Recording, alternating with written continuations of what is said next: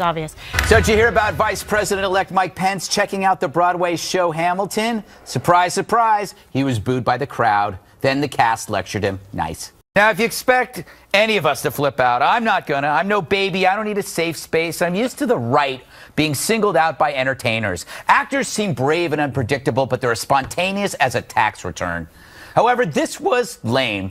Imagine a right-wing doctor in a very sensitive visit. He's got his head down deep in a pelvic exam and suddenly pops up and says, "Before I tell you what you have, Mrs. Kane, you need to know how the left has ruined our nation's inner cities."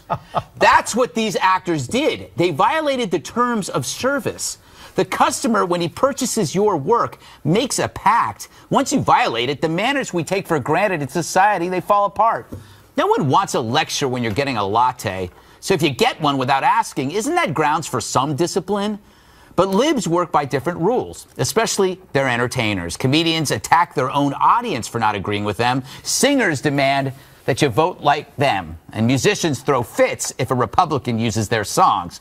How odd that the proponents of free expression think free only applies to them. So much to talk about this. The actor, Brandon Victor Dixon, said that this was a discussion. Well, it wasn't a discussion when you stand on a stage with the only microphone and the other person in the discussion sitting in the audience with his daughter and his daughter's friends or cousins. That was ridiculous. The crowd was worse than the actor. And I'm all for free speech. I'm all for that.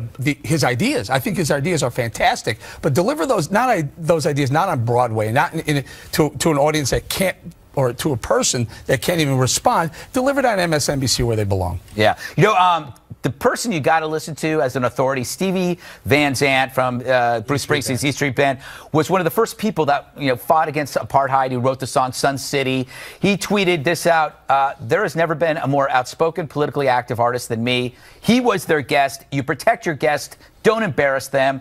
Then the second tweet: "A guy comes to a Broadway show for a relaxing night out. Instead, he gets a lecture from the stage. Not a level playing field," which is what you were saying, Eric. It's bullying. Is it bullying, Kimberly? Yeah. Is it too far? I just think it's bad form. I wasn't impressed at all. I'm super excited to keep my $1,400 that I wasn't going to spend there.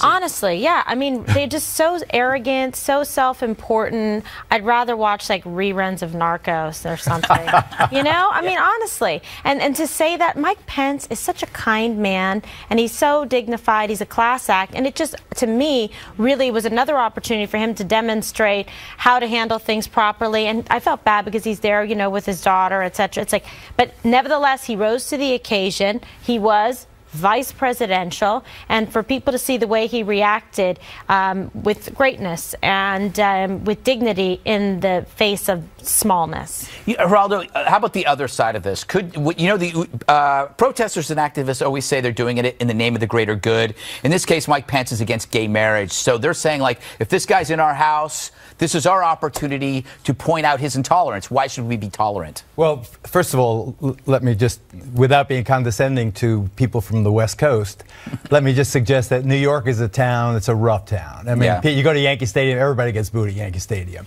And this is the most political play on Broadway.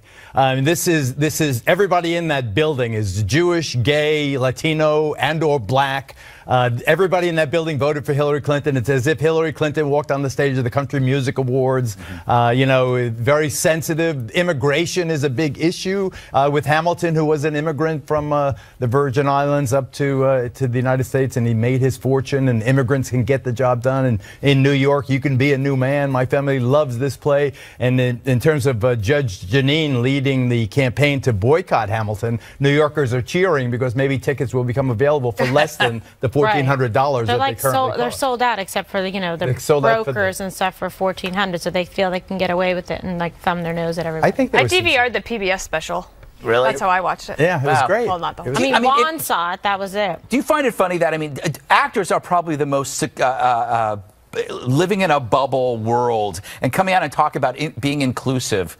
Have you ever been around an actor, a young actor? They're not entirely inclusive. Well, and then he says it was a spontaneous conversation, but he read his statement off of an iPhone. Yes. At the end of the play. The other thing is, President Obama, when he first ran for president in 2008, both he and Hillary Clinton said that they were against gay marriage, that they believed that marriage was between a man and a woman. And I don't think Broadway said a word about either of them in that first term at all. The other thing is that Donald Trump has said He thinks that issue is done, over with. He's not pursuing it. Gay marriage. Yes, and so Mike Pence isn't going to do it either. So give it a rest. Yeah, there you go. But isn't the bottom line that Pence went through the storm and emerged as the big person in the room? Right. Yeah. So doesn't it have a happy ending? So the right should not be outraged. Here he was tested by the hardest crowd, the toughest stage. Here's how tough it was. Don't forget, Hamilton. The cast of Hamilton did a fundraiser for Hillary Clinton.